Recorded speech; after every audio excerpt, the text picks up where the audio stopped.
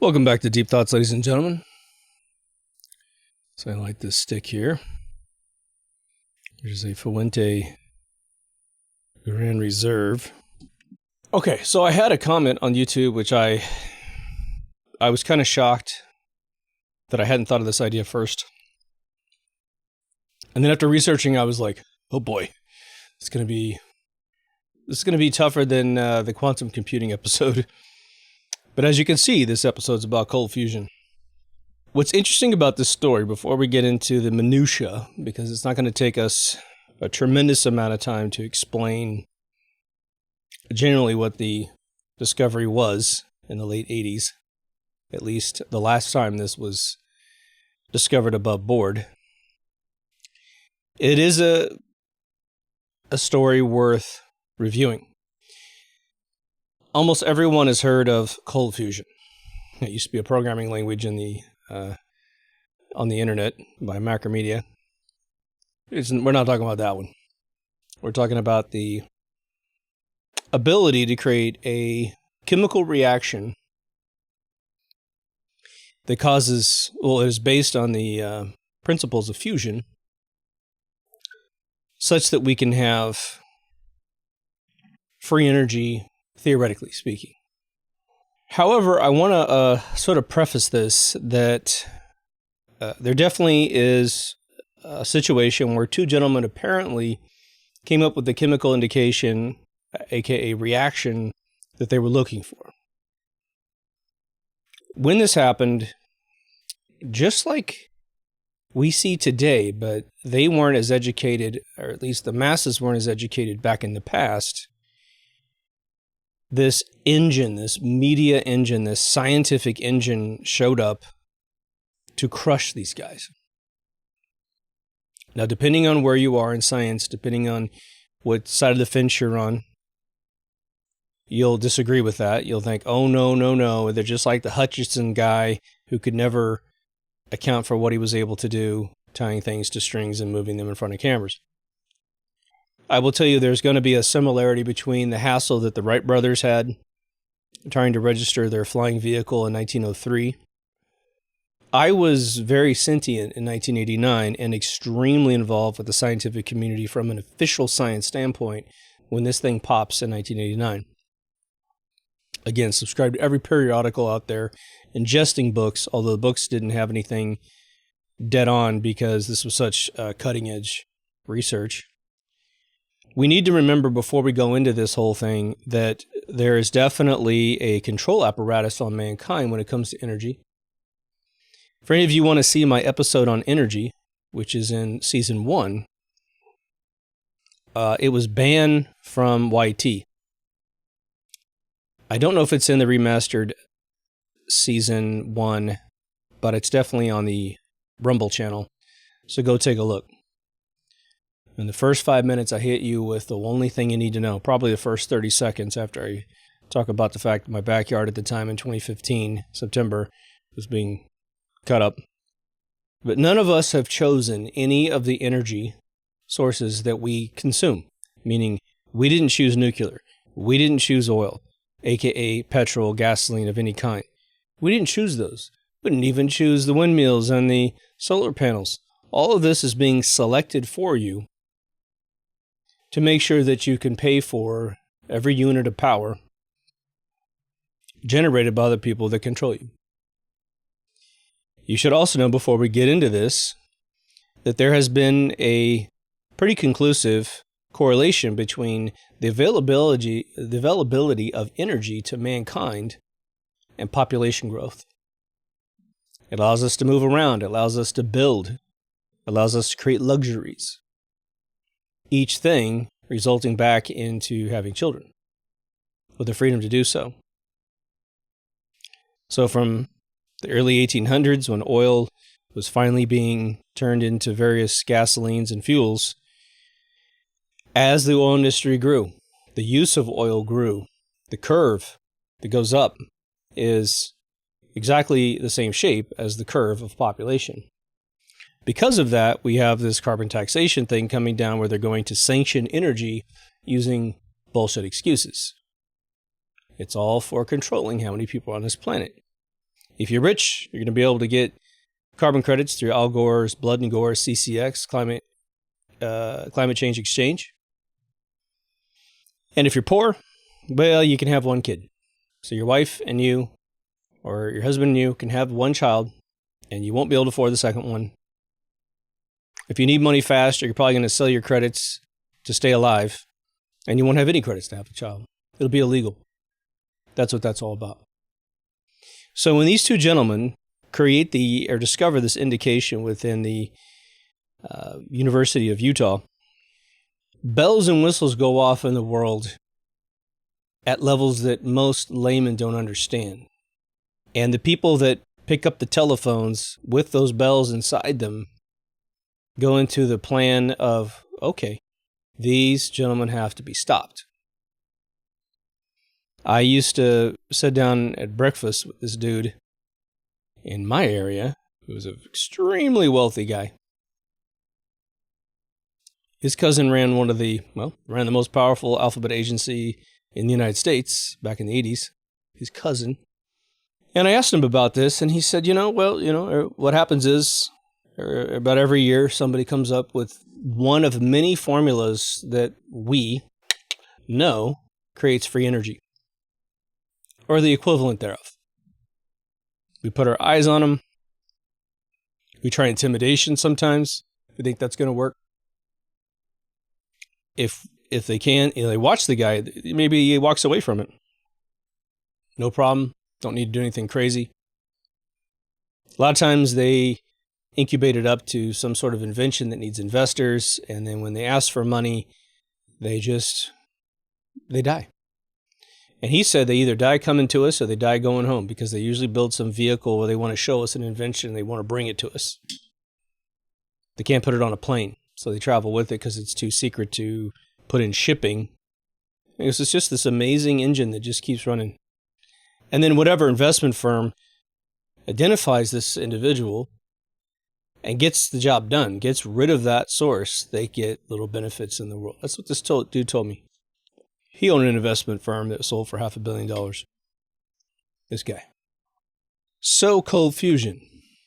Now, the actual experiment is very uneventful. It isn't like a CERN Hadron Collider where you can envision all this crazy wild stuff happening. As a matter of fact, this invention is so teeny tiny, it would be very anticlimactic if I pointed you at it and said, there it is. This is where all the magic happened. You wouldn't believe me if I showed you the device. So it has to do with a guy named Fleischmann and a guy named Pons, who ended up working with Dr. Stephen Jones, which, if any of you remember the September 11th dude, who basically was out looking for a thermate and thermite, he worked at Brigham Young University and got involved with this whole thing. He was engaging in a different research, which is similar to cold fusion, which is a muon fusion technique. It's a little bit different and more well-known, but not quite as clandestine and stupendous as this technology that's been hidden for years, which would be cold fusion. So what is fusion? For those of you still going, okay, I've heard it a lot. What the hell are you talking about? Well, those of you who saw Back to the Future, remember at the end of the first movie, and hopefully you've seen the movie and this is not a spoiler, cover your ears for 60 seconds if you don't want to have something spoiled. When Doc returns back with the time machine, and was it Artie? Or no, was that right? Yeah, Marty is with the chick, his girlfriend, because he put her on the porch. And the Doc comes back and he says, you guys got to come with me because the whole future's different. And he runs behind and he opens up this container because he has to have energy to make that unit work. And he's putting all kinds of stuff in the back of this engine, including just basically trash, banana peels, trash, all kinds of stuff. And this thing looks like a coffee maker, right? It says something fusion on the side. It's just brilliantly done, right? What that represented was the ultimate definition of what we want to be able to do with a fusion engine. It is to take atomic matter of one size and shape and turn it into another size and shape of something that can be then burned or turned into some sort of energy and make it combustible to do something within the vehicle. So a banana peel, you could light a match to it, and it's not going to do anything but just burn, right? But imagine you could turn a banana peel into hydrogen, helium, whatever the hell will power your unit. Hydrogen's great because it turns into steam when it's done, right? When it annihilates itself, right? Now, we know that fusion happens at extreme temperatures. That's a normal thing. When a atomic bomb goes off, that's fission reaction, where an atom supposedly splits another atom, splits another atom, splits another atom. And I understand we're going to get into alternate definitions of atoms after we get through the main cold fusion information. But it's still the same truth. It is still a atomic body obliterating itself, unraveling, and the acceleration of that releases so much energy that it obliterates its neighbors, and you get this reaction, okay? The reason why it happens at high temperatures, like the surface of the sun, is a fusion reaction, is that it is so hot that it actually can reconstruct atomic matter.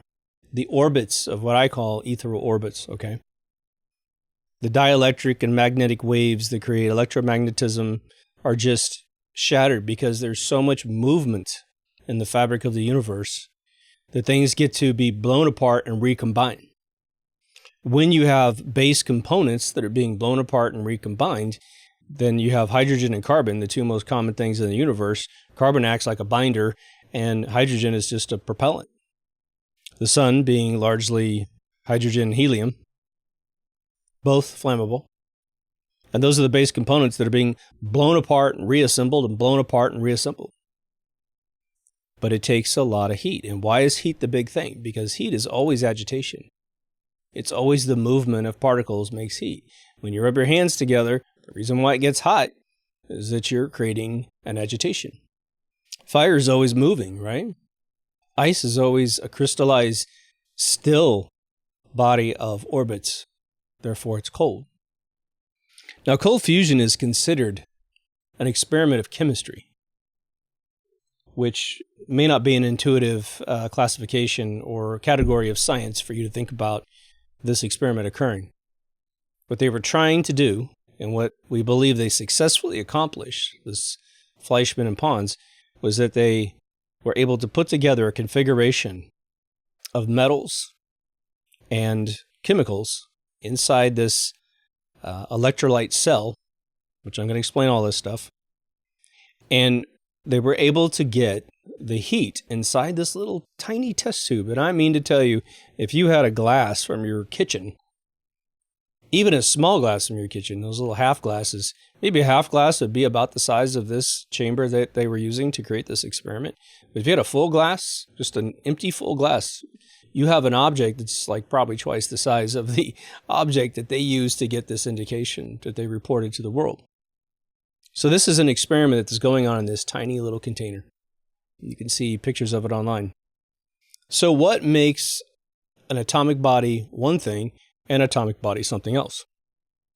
Well, official science talks about the components of an atom: electron, neutron, proton, right? Hydrogen atom being the most simple one. There's just three little pieces, one of each. Well, the second you start adding more neutrons, protons, and electrons, you start creating different things. So gold is different when you look at it really close than silver. There's more things in orbit.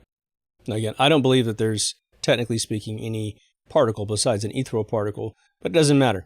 The way the ether behaves is what we call an electron, neutron, and proton, and every other subatomic particle that's out there.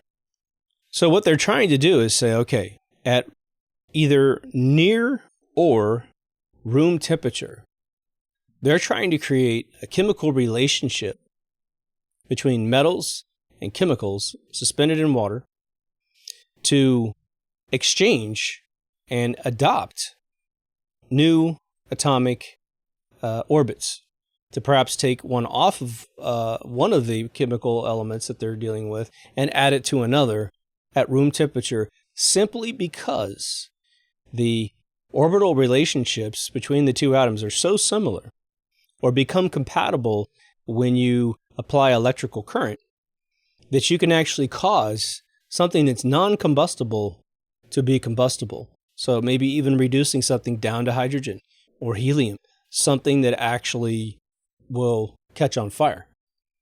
Because then you can burn it, turn a turbine, and you'll have power, an AC motor especially. Technically speaking, if we still had steam trains and steamboats and steam cars or something like, was it North Korea as wood-burning furnace trucks because they don't have any fuel, but they got nuclear weapons. Seriously. It would work for that too, to be honest. Now, perhaps in the past, okay, through just sheer serendipity, experimentation over and over and over by thousands of human beings doing millions of experiments, man probably ran into this little indication at some point.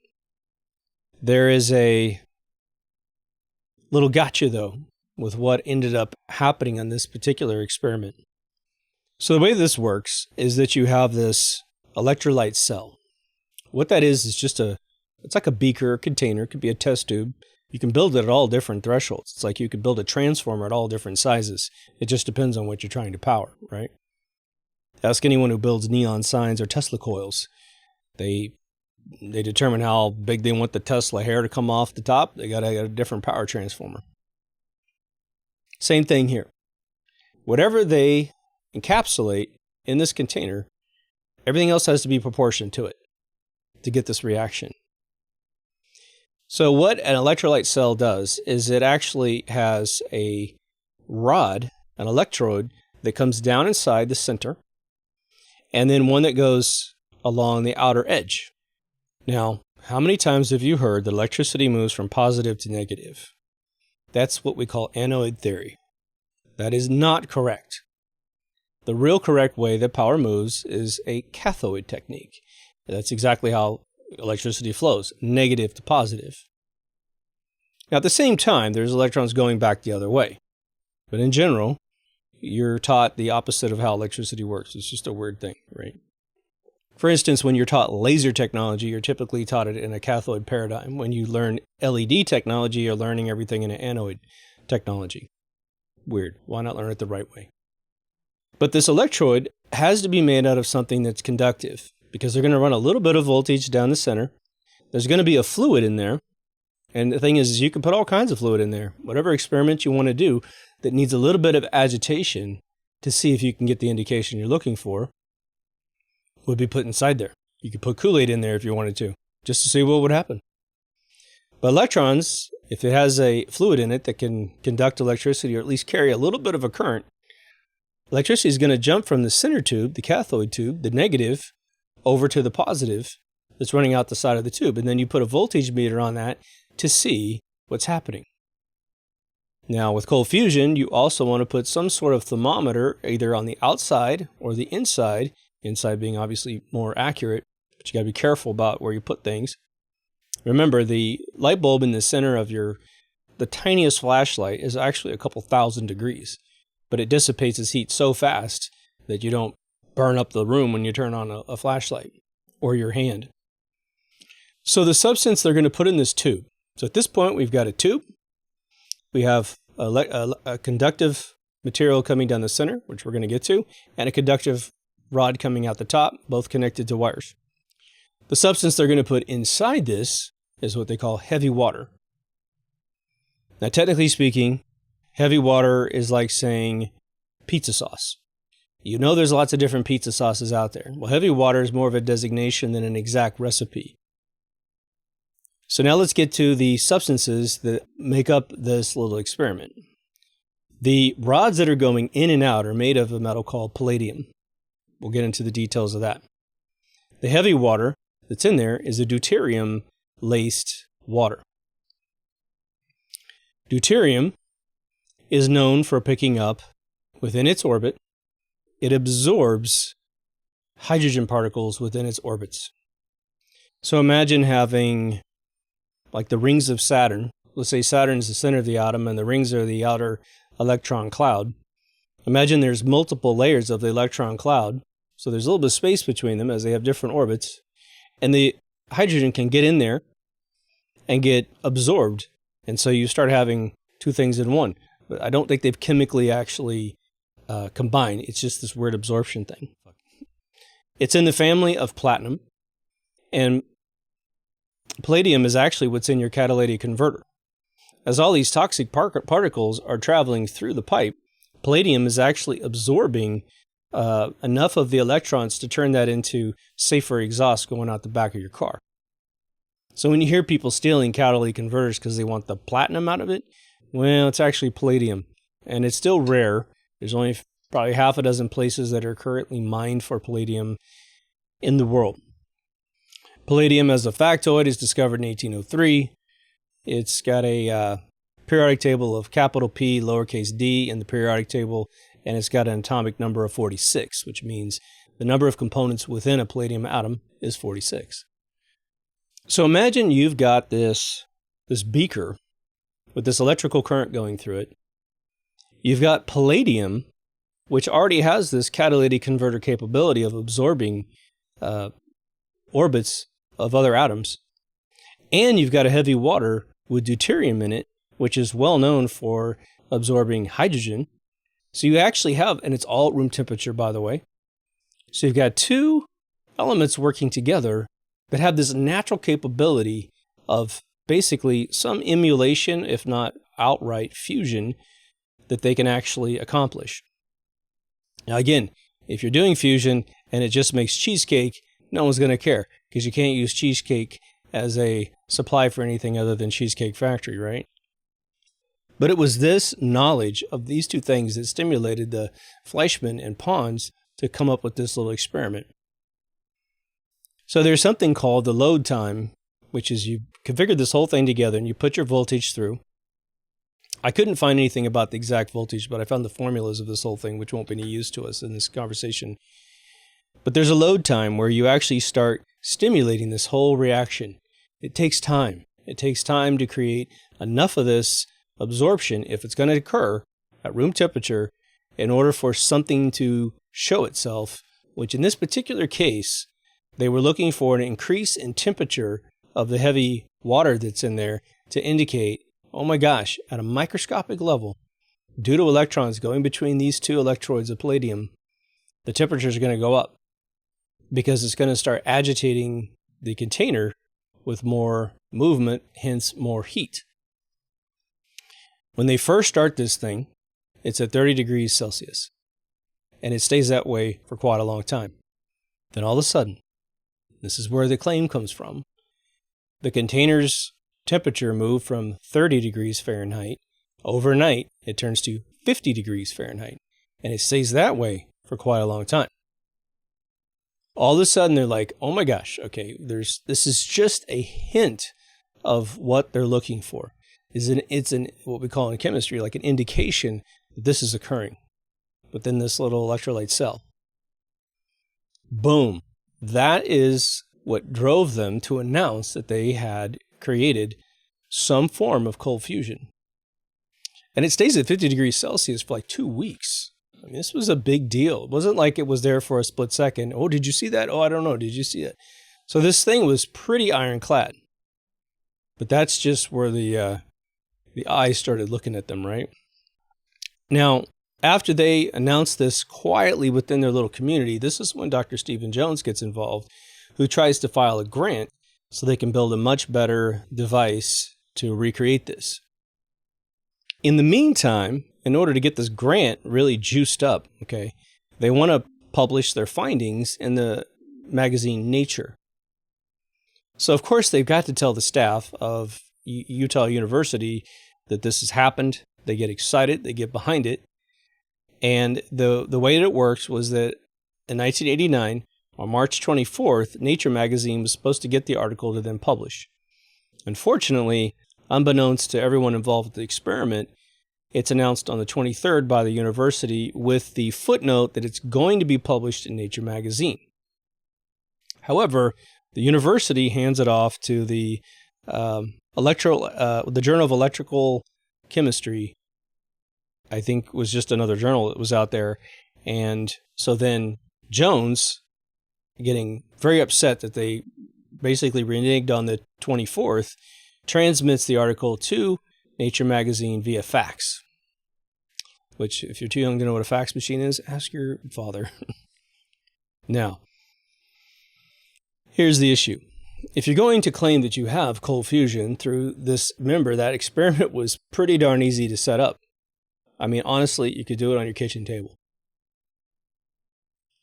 Then it should be easy for you to publish the schematic for how you did it. I mean, you're unequivocally going to be the creator. If you could indicate this and help other people recreate it, then you're going to get the patent for it. Meaning any engine, any motor that ends up using it, you can negotiate your royalties or sell it off in one big chunk, and you'll win a Nobel Prize and get a ton of money. So this is where I'm not sure if the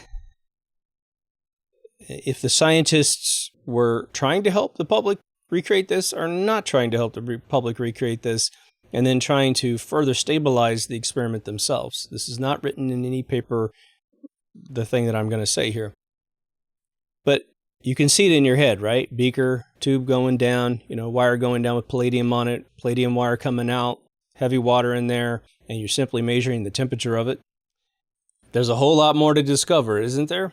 Right? It's like transmitting one letter over the internet and then just patenting the fact that you can transmit an ASCII code over the internet and then walking away and letting everyone else create TCP protocol, all the other protocols, FTP, HTTP, SMTP, POP3, all that stuff, and they're going to make the billions and trillions of dollars over your fundamental base patent.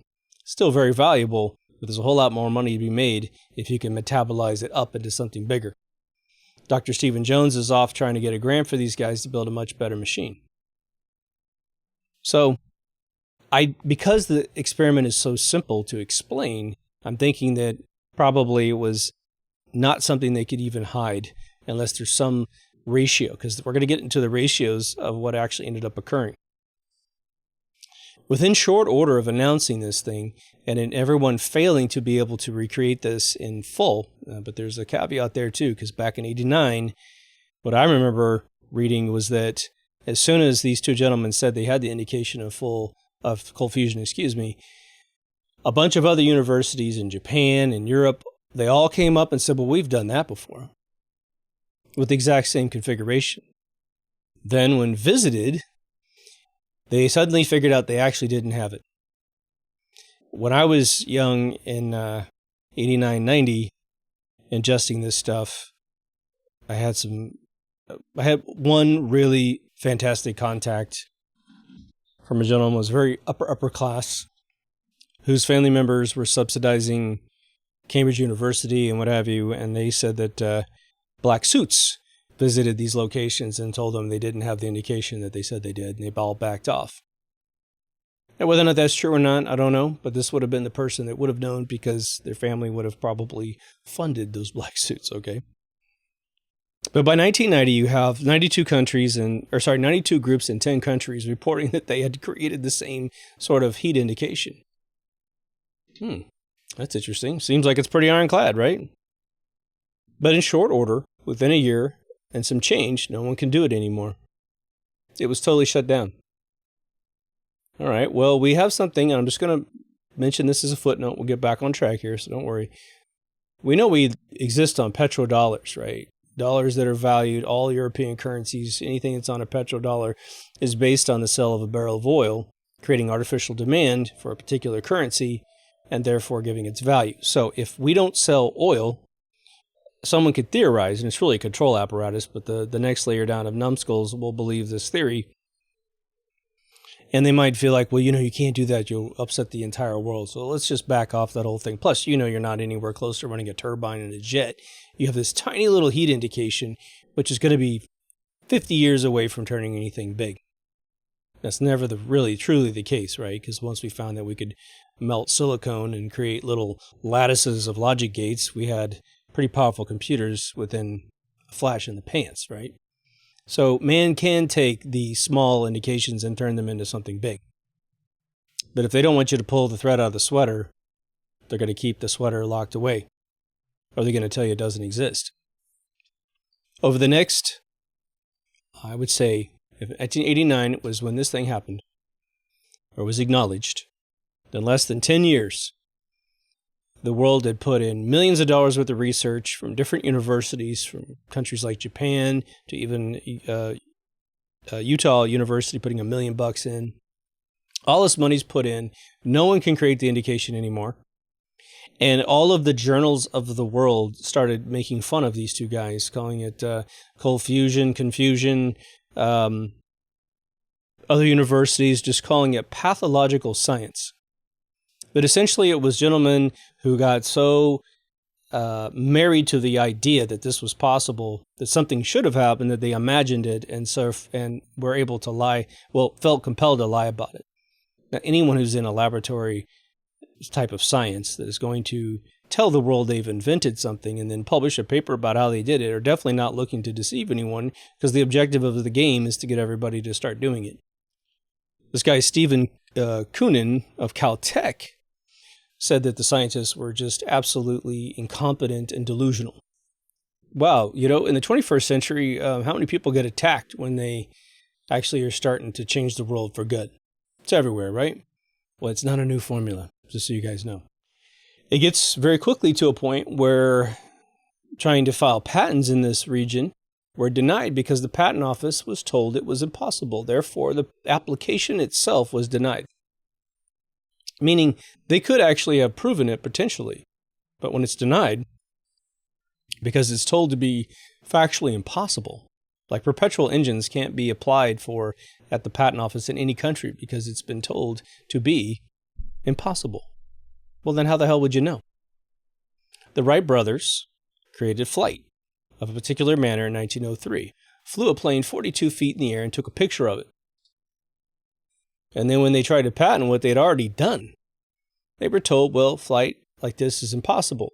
So we're unable to process your patent. Meanwhile, the Navy at the time was trying to create a plane so they could patent first and not have to pay a royalty to someone outside the military. It was going to cost the United States potentially millions of dollars to the Wright brothers if they were to get it first. See how this all works? It's a repeat of history, potentially. Now, why were they having such a problem? Because this has been funded again in the 21st century by companies like Google putting $10 million in it. A bunch of companies, by 2019, I should say, had spent millions of dollars trying to recreate this thing again. Well, geez, if these are delusional, incompetent scientists, and this is all cold fusion, confusion, and pathological science, then why on earth would you go back? The Navy had meetings on this in the 21st century to review the possibilities, and most of it, no surprise to anyone, was dismissed because no one in the room could understand how this could possibly be capable of happening, right?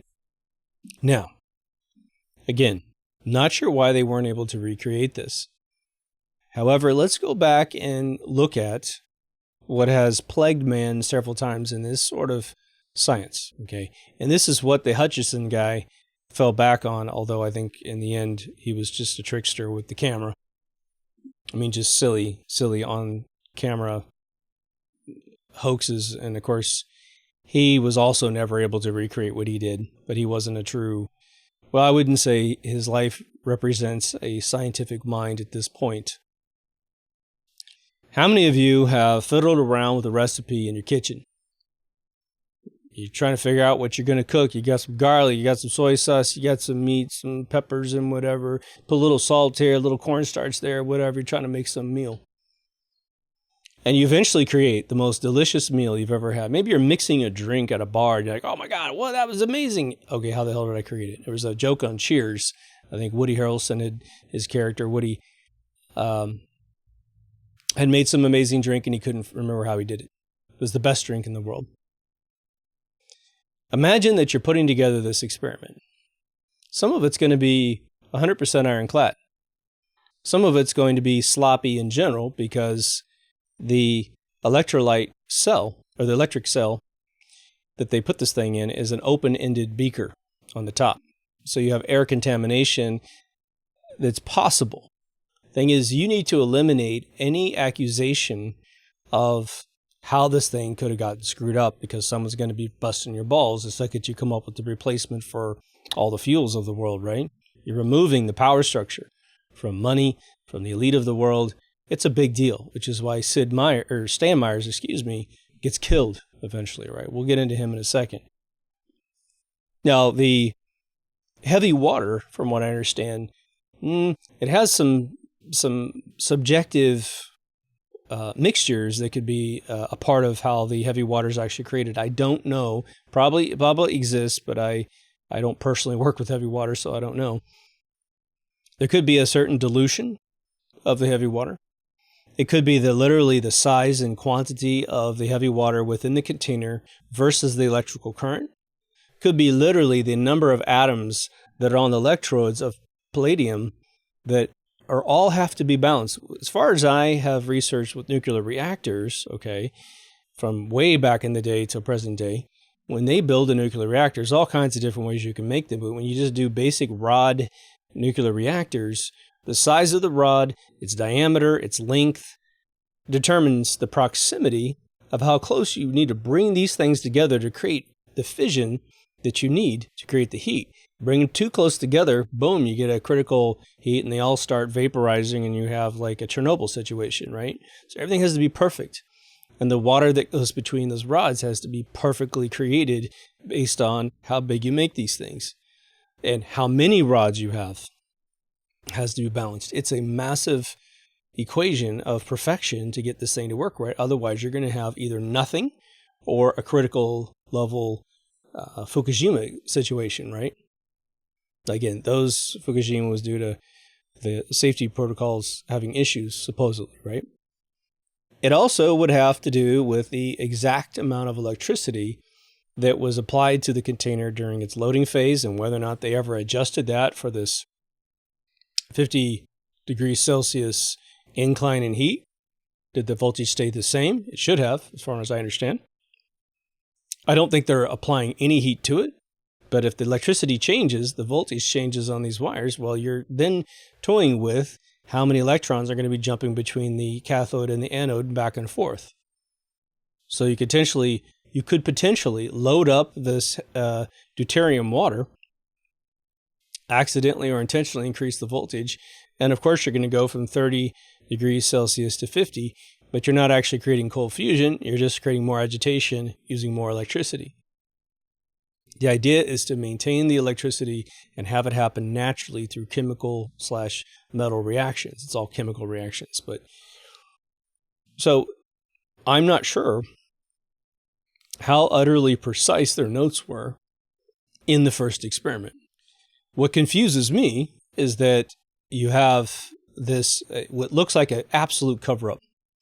The cover-up comes in several different layers. One, Fleischmann and Pons put together this paper, have this experiment, they get this indication, it goes out, then again, you got 92 countries, 92 groups, in 10 different countries where a bunch of people are saying, yeah, we've seen that kind of thing before, having a problem recreating it, but we've seen it before. That's all you need.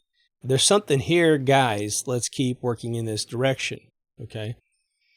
Then all of a sudden, everyone rescinds all of their indications saying that the water was contaminated by outside chemistry coming into the water. There's, I guess, a helium-4 that can get absorbed out of the air.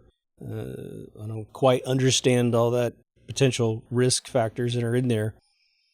But there's got to be a way to close up the container so outside contamination isn't a factor, whether or not you have to keep the electrolyte cell open where you put it inside an outside bigger containers and use those rubber gloves to go in and modify it, or you have everything externalized.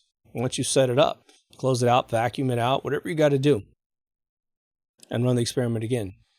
It's been 33 years since they said they did this, and we don't have a reliable place in the world, as far as I know, to go and say there's cold fusion based on the Fleischmann-Pons experiment. Now, if you know the story of Stan Myers, and I have a whole episode on Stan Myers, Meyers, who was murdered in 1998, looking at the cold fusion hoopla is sort of laughable because you don't need what they're talking about. It might be nice to have that. especially it depends on, again, what Doc was doing in Back to the Future was, 50 to 100 years beyond a fully recreatable Fleischmann-Pons experiment, because he's breaking down a banana into something instantaneously to be used, right? That's a whole different level of fusion. But if you just need a propellant that's going to go from some, I don't want to say inert, but just tap water turning into hydrogen and being popped inside of a piston that then can turn a turbine or whatever. I mean, it's whatever your piston was for a car. A turbine, you just need to have the hydrogen fall on the fins and light it up. And you don't have to store any combustible fuel in the vehicle. You can store tap water. I mean, just imagine what distilled water would do inside a vehicle. Clean as hell. That's what Stan Myers was capable of doing. And again, just a super recap, some of you will read a little bit into him and say, oh, that's a bunch of bullshit. It's not bullshit. He did get sued in the early 90s for being a scam artist in court. What the real facts were is that he borrowed money from a guy to conduct his experiments, was unable to get everything finished by the time he's supposed to pay the guy back. In order for him to get his money back, the guy who loaned it to him, he had to walk into court and say he got scammed. He couldn't say he was getting delayed. It was easier for him to make Stan look crazy, but Stan drove a VW bus around on this engine, and when they accused him of hiding fuel on the bus, he drove a dune buggy so that everybody could see every tube, every in and out of the vehicle, and prove to themselves that he wasn't hiding fuel. And then he built the retro fit kit that you could put in your car. And apparently we see videos of him selling this to people. There should be cars out there, some old Dodge Diplomat, it's in the movie, something like that, with this kit in there. Again, the way that this engine worked was he shipped tap water or distilled water to the piston. He fractures it inside two pipes, and the fracturing process provided 75% of the pressure to push a piston down. The valve opens up, hit the hydrogen, pop the hydrogen. That was the other 25% to get it to push down. The thing that took him forever was he needed to replace the injection system, aka the old-fashioned distributor cap, so that he could talk to the pistons and keep it all nice and synchronized, so that the pistons would go up and down beautifully on a 4-cylinder, 8-cylinder, 6-cylinder, and up, right? So you'll see the videos of these network cards that he had put together that were singing to the engine and making sure it was all working right. When they asked him about using oil as a crankcase lubricant, he said, look, with Teflon and those theories, you can infuse metal with a lubricant, and therefore you will not need any type of lubricant within the car. But because the oil industry created those industries, they're not about to let go of selling, gajillion barrels of oil every year, right?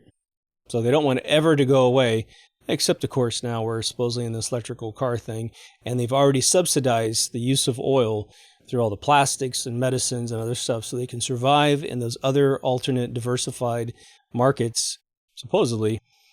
And if we get away from the petrodollar, go to gold standards or Bitcoin, electrical currencies where they can control your life absolute, then they don't need the petrodollar to be the mechanism to give you artificial value to your money. So there are a lot of alternatives to what these folks are trying to do.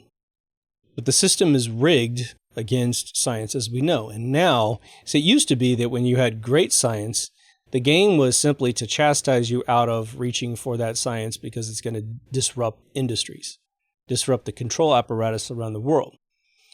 Nowadays, in the 21st century, it is fake science that is being introduced so that you believe in crises that doesn't exist, or technology that's used to create an artificial crisis, and they blame it on something different, and getting new control apparatus on you with complete bunk science. A lot of medical regimens in the last couple of years have been based on some really heavy bunk science. A lot of the issues with the climate are based on a bunch of bunk science. I mean, if you think it's still there, you read and believe too much out of these scientists' people. And almost categorically, the people that are passing that fake crap to you have no background themselves, which is hilarious, right? And again, great scientists never have to take a bribe. horrible scientists live off bribes. And so if you're wondering why a bunch of scientists agree with the fake stuff, it's because they're the crappy ones. They couldn't discover anything if you gave them every resource in the world. Well, the great scientists that say, look, this is all bunk, they don't need your money. They don't need the bribe. The fascinating thing about the theory of cold fusion, and I think that most chemists will have pings of this, if not blatant moments of epiphanies of like, wow, this could be amazing, is that we have this art of alchemy from the past. And I'll tell you again, there's a listener out there that showed me on video a sheet of gold on a piece of paper. And she said, look, my father took me out when I was younger on a full moon night and put water on a piece of paper and did this treatment with moonlight. And this is exactly what we took home. And it's 100% gold. That would be cold fusion gold. There's all these tales of people, weaving gold and weaving various elements in the world. Probably not a diamond or something like that, but you never know, right? But that chemistry, if you knew all the recipes of how atoms might interact with each other, and I mean every conceivable combination of quantity, perhaps using an electrical current as a stimulant, right? Because the reason why the electricity was in that too is you need something to agitate movement. Between those cathode and anode palladium rods, you're creating a current, a stimulant. And because of diffusion, whatever's creating whatever's happening between those two rods, okay, is disrupting the heavy water. The heavy water is diffusing that property around the water, converting the entire water to this loaded state. So it starts exhibiting the same attribute everywhere in the water for the most part, okay? But man has been around for a long, long time, right? And so we make mistakes, which we call serendipity, right? We have this serendipitous moment where we make a mistake. And there's probably, I don't know, 1 billion to 1 where people can't remember how they did it. I mean, they're trying to pay attention perhaps, but because of infinity and all the different variables of a particular experiment, it's hard to keep track of it. But every once in a while, and this is almost categorically the way everything is discovered by man, every once in a while, somebody remembers. It's like when you get high, every once in a while, you have all these epiphanies, and as soon as you wake up from the being high, you can't remember a damn thing. Or you have a dream, and you have all these epiphanies, as soon as you wake up, it just fleets away from you.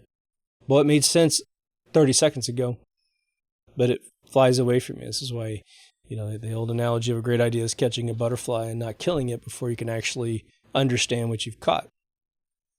Do I think that these two gentlemen were able to get that indication to happen? Oh, yeah, for sure. What I don't quite understand is if they had the 20-degree delta between 30 degrees Fahrenheit and 50 degrees Fahrenheit for 2 consecutive weeks. It's 1989. There's cameras. There are still 35 millimeter cameras, and there's plenty of household consumer video cameras at the time. Why they weren't filming everything that they did is, and maybe they did, and it's just not in the research, I think would be very unfortunate. The Hutchison guy, right? He is only about the final shot of what indication he had, right? Because he was filming things upside down, all this other crazy stuff, right? So you could see his rookie approach to everything, regardless if anything he did was real. And we have one of our listeners who actually met with him and spent time with him and was pretty convinced, I believe, that indeed he was fabricating whatever he said he did. Alchemy is nothing more than understanding the relationships between the elements of the universe. Potentially you could get into a compound of some sort, but it's really talking about the orbital categorizations of mass. And the thing is, it's funny because we're getting really close. They won't say the A word, ether, okay? But they are getting very close to basically giving it a name in the CERN Hadron Collider, because all they're looking at are the ashes of a collision to figure out whether or not they've discovered something else subatomic. Okay, and of course we did talk about this recently, and I think it's they're not really looking for what they say they're looking for. But there's nothing that's going to change the fact that when they make a collision happen, they're looking at subatomic mass that's going to get categorized. The noise is going to get filtered out. What they'll probably figure out is that the noise that they're canceling out actually has more information than what they are actually filtering into the results. But since ether has been deprecated out of science, yet is the foundation of every single electrical component that you use by the people who invented those electrical components, many of which have the components named after them, or the science and the verbs named after them: volta, ohm, Faraday. Okay. It's interesting that we have a Tesla coil, but other than a Tesla coil, Tesla wasn't very narcissistic about naming things after himself. He understood the utter brilliance of the Tesla coil and its many applications for studying electricity and basically deciphering what the world's made out of. So I think he did take the crowning jewel of his current accomplishment at the time and name it after himself. But now think about the mentality of man at this point. We think we've got to exert a tremendous amount of energy on things to get things to occur. Now, a chemist knows that's not exactly the truth. You've seen plenty of room temperature experiments with chemistry teachers that you got a beaker of room temperature chemical A and another beaker of perhaps even a powder of chemical number 2, B. Pour them together and you get a giant explosion of snaky stuff coming out, or maybe a flash or something like that. And of course, you've seen the videos where chemistry teachers light their rooms on fire. That's always really interesting. Mixing, sodium and water or something. My father used to, with his cousin, who was a massive chemist, they used to take sodium and I think put it in like toothpaste or something. And then they would slingshot it into the city pool. And so kids were swimming, and all of a sudden this ball of fire would just show up on the surface of the pool. At least that's the story anyway. Something like that. But we think we've got to do this chain of events to make things occur. For instance, no scientist will acknowledge a soul, for instance. Why?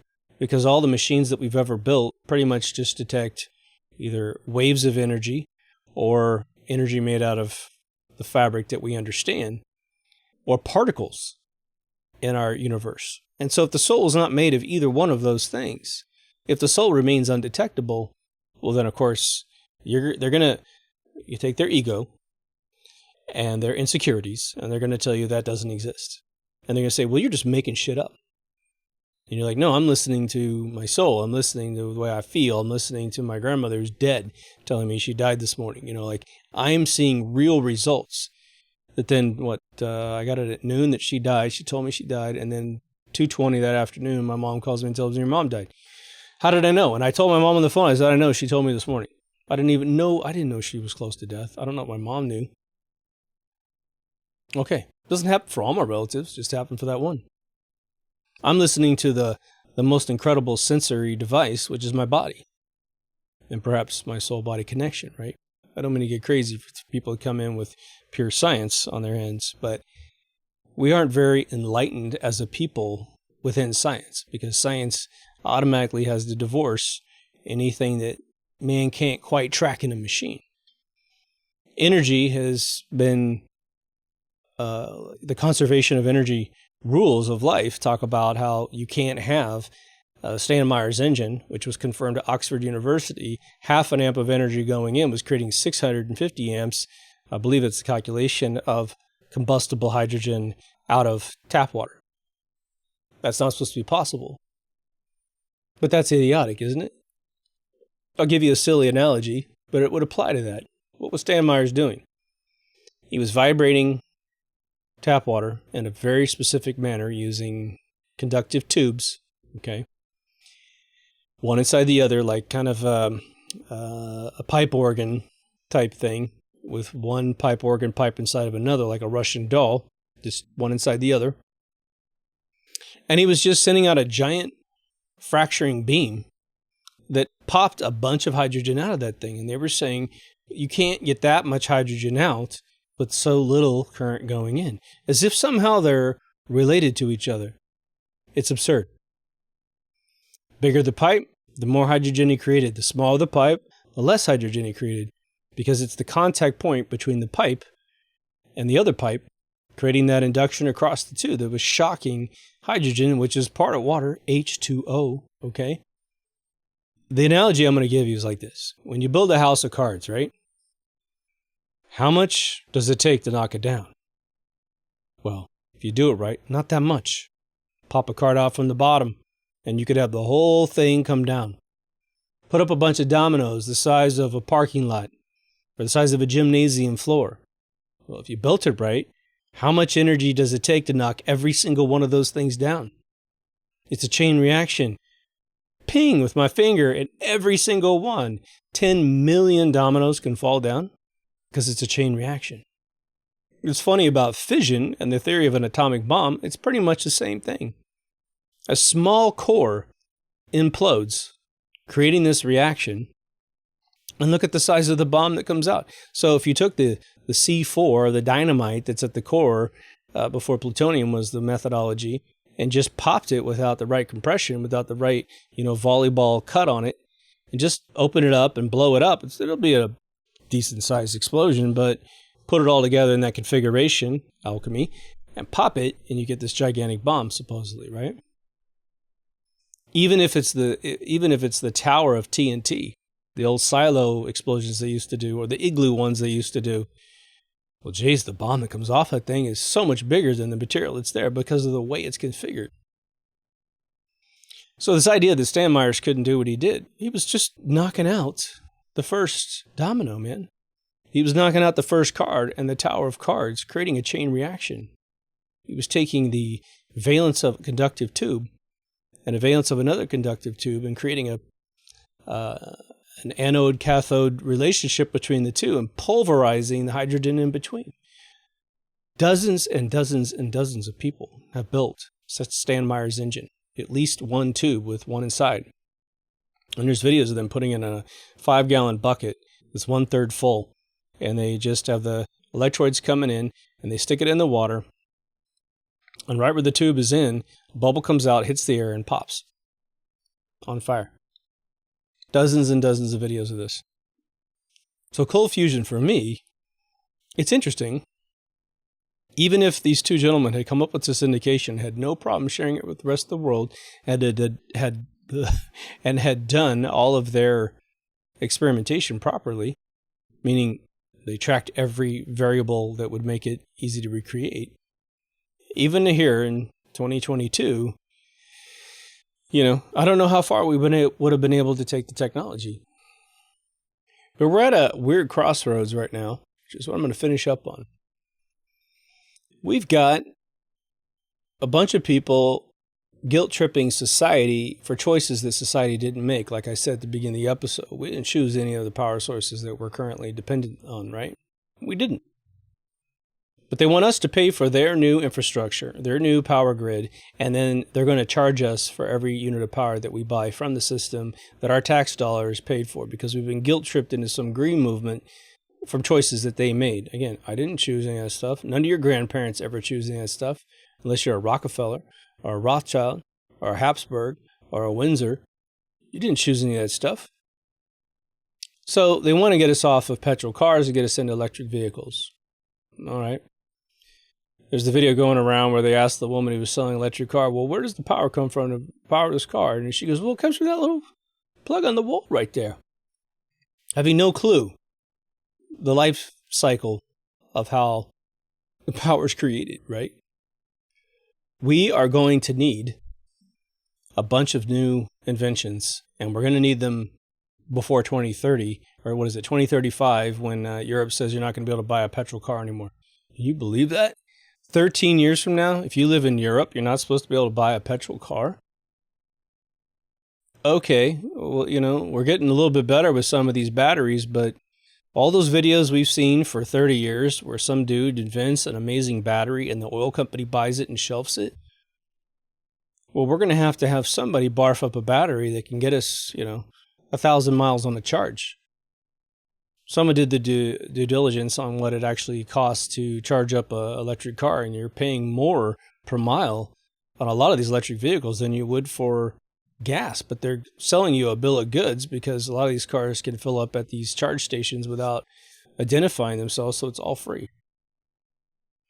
Okay. You cease drilling oil in the world? Like I said, when you watch Jeb, the billionaire, or the millionaire, whatever, shot his gun and the Texas tea starts popping out of the ground, most of us as kids were like, what the hell are you talking about? He shot a gun at the ground and crude oil came out of the ground? What the hell is this story? This is ridiculous. Oil doesn't come out of the ground like that. Truth of the story is, it does come out like that when you don't pump it, because it's right on the very edge. And in a lot of areas in the world, crude oil will bury cities if you don't keep pumping it. We had a air show last year, and it was going for Saturday, but of course someone had to sabotage it because we're a conservative county.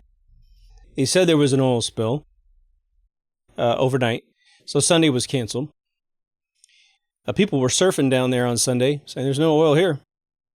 And sure enough, by like 6 o'clock, when the air show would have been over, here it comes. It's starting to touch the pier. And there's a big cleanup crew there. In fact, I think it's still down there. All right.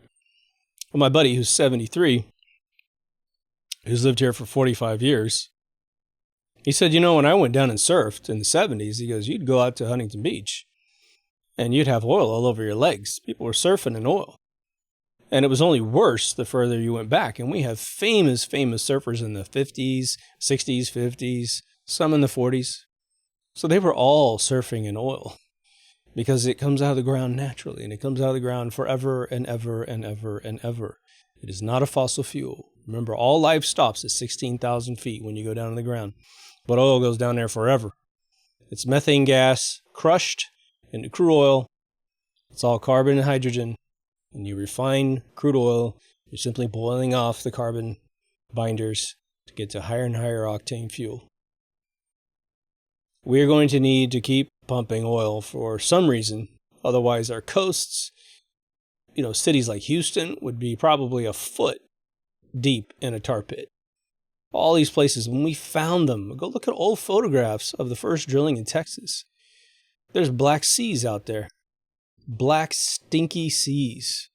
My buddy just told me tonight, the same guy told me, he goes, look, there was a house in Newport Beach that exploded because it had crude oil right underneath the house and the vapors were coming up, methane, and it finally blew up. And so they had to tap it to get rid of it. Okay. So by lying to ourselves over and over and over about all the fundamentals of how this universe works to protect the people that basically enslave us, we're going to be in for a big surprise in the end, And that would be something we'd have to resolve if Stan Meyer's engine was used too. Stan Meyer's engine resolves all need for power. If we would wake up and get back into the Wardenclyffe Tower that Tesla was going to built part of it and never got it working. He had a small one. But if we were to have his engine, then we're using Stan Meyer's engine potentially to energize, this infinite power source through a Tesla coil to the core of the Earth, drag all that out of the ether and the core of the Earth, power the Wardenclyffe Tower, and then every device that's electronic at least could have power. So you're stuck in an earthquake under some rubble, and your cell phone never loses power because the Wardenclyffe Tower is transmitting it directly to your phone. You want to fly a jet in the air? Well, that's where Stan Meyer's engine comes in. Water in the tank. If you're nervous, we could put some jet fuel in there just in case. But we're popping hydrogen directly onto the turbines. Good to go. Good to go. Same, obviously, for cars and whatever else we're doing. Byproduct, steam. No pollutants of any kind. Like I said, in the 21st century, there's people looking at cold fusion again. Geez, if it's just delusional pathological science, then why would you even get involved with that? You've already classified this as absolute lunacy. It's probably because there's something there. There's probably a lot of things that are there. According to the gentleman I spoke to, for the good part of 2003, there's a lot of recipes for getting this done. Many of which, probably the majority of which, most of us have never seen a video on. We've never read an article on it, never read a paper on it, because the people that discovered it were exterminated. And I've told the story before, and I'll button it on because we got a couple minutes here. A friend of mine had figured out how to use sound waves inside the shape of an egg, and using a particular sound wave of a particular atomic element within this confines of an egg shape, he was able to create an element out of pretty much sound waves. Not a lot. He did a lot of work trying to create a lab. He was in Arizona at the time with two other friends of mine who are very, very trustworthy. And they had this guy following him around in a white car. He called himself Simon. He wore a white suit, white car. First time he met this dude, the car's parked out in front of his house. He noticed that there was this all-white car. And he finds a guy in his back porch sitting in one of his chairs with a big notebook, just sitting there. And of course, you got an invader in your yard. You're going to go ask him what the fuck he's doing in your yard, right? And the guy was super cool. He said, "Have a seat. We should talk." Starts going through this binder and showing him tons of photographs of himself, all of his research paperwork, which he said at that point was only written down hand notes and books inside his house, a few at work. All of it was scanned into his this guy's notebook. Now, Simon was witnessed by a girlfriend who has absolutely no vested interest in lying, and a very close mutual friend between the two of us who also has absolutely, who was actually military, by the way, and actually high clearance. There's no need to tell a tall tale because the guy's awesome by himself, you know. I worked with this guy for probably about 2 years, because he came to me and he goes, "How the hell do I get this information out so that I don't get whacked? Because I'd like to actually experiment on this and build a laboratory." He moves from Arizona back to Kansas, ends up raising $2 million from a guy in Europe. The guy sends him the money, and he gets locked up by Homeland Security, who then notifies him, "Oh, well, that guy you're getting the money for has a shady background. We're not letting you have this cash." The buddy abandons everything, of course, because he's just like, "Look, man, I'm not going to go anywhere with this. They're obviously on top of me. I don't need to die anytime soon." So we published all the papers online at a website that went out for probably about 2 or 3 years, and then we just pulled the plug on the whole thing. But we did circulate this information to a bunch of folks that do this type of research. I never heard it come back from anywhere, but who knows? It's very similar to some of the units that people in Africa have made that use sunlight and to create water and what have you. This could create anything that you would need, an element of some sort. So what's interesting is I've got some very trustworthy people who have told me either black suits were sent out to tell people they didn't have the results that they had. And quite frankly, history, even in Wikipedia, supports all this. Again, 92 groups in 10 countries said they had heat variations in the same sort of experiment that Fleischmann and Pons did. And then all of a sudden, 92 groups, they don't have it, and it's dead. Millions of dollars invested, but nothing can come out because the people that are put on top of the millions of dollars aren't really either talented enough to pull off the experiment or probably handpicked to make sure it doesn't occur, you know? But again, in 2022, there's a few tens of millions of dollars rolling around, one of being Google, looking for it. Again, this would need a lot of work to become a formidable source of energy. It doesn't sound like that's actually necessary given Stan Meyer's thing. But there's different types of energy, right? Perhaps, I don't know, perhaps Stan Meyer's engines is better for big engines, and this other stuff's better for smaller engines. Stan Meyer's is not a room temperature solution. So if you needed a room temperature solution in some microscopic component, maybe that's where the cold fusion stuff becomes more useful, more viable. So I just want to thank the person on YouTube for coming up with that suggestion.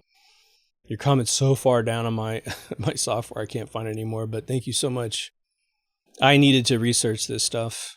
I am researching some other stuff that was supposedly submitted by a gentleman that was a mentor of Tesla himself. And it's fascinating research that involves a completely alternate theory of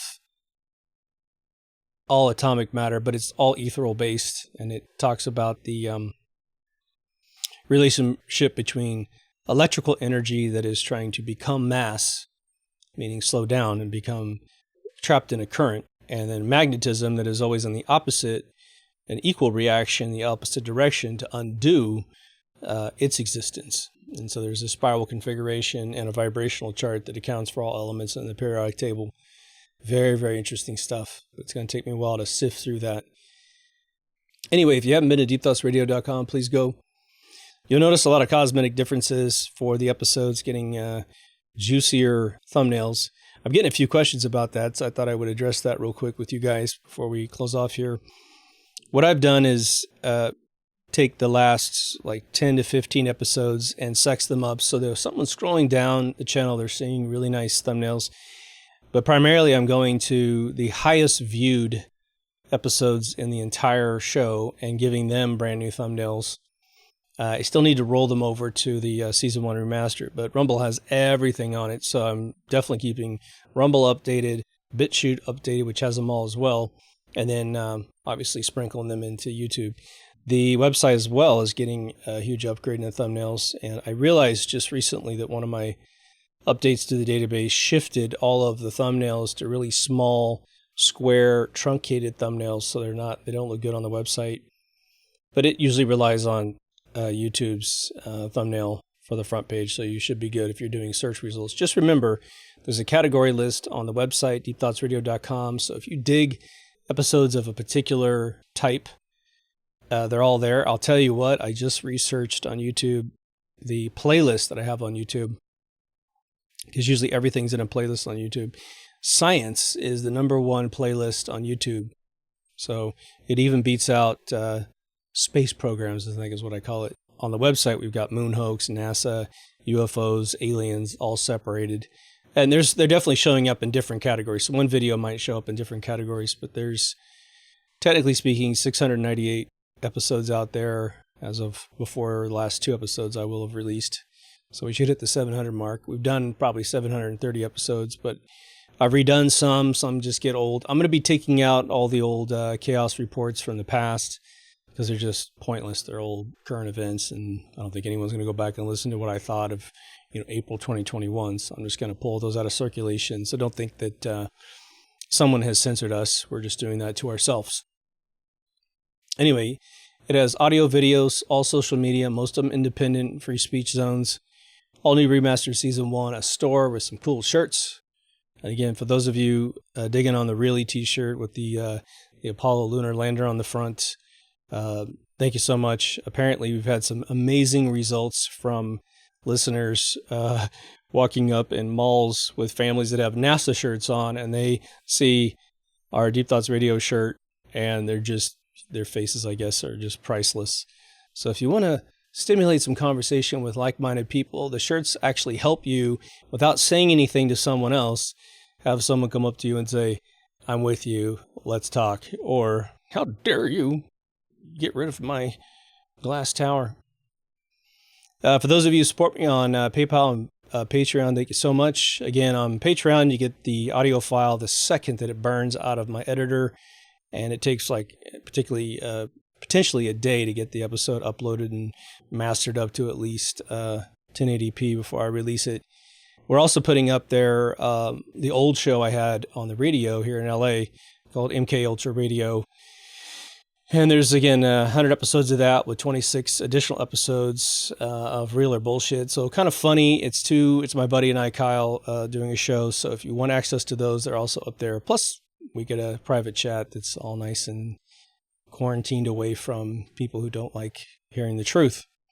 So anyway, take care of yourself and someone else, and I'll see you in the next Deep Thoughts. Over now.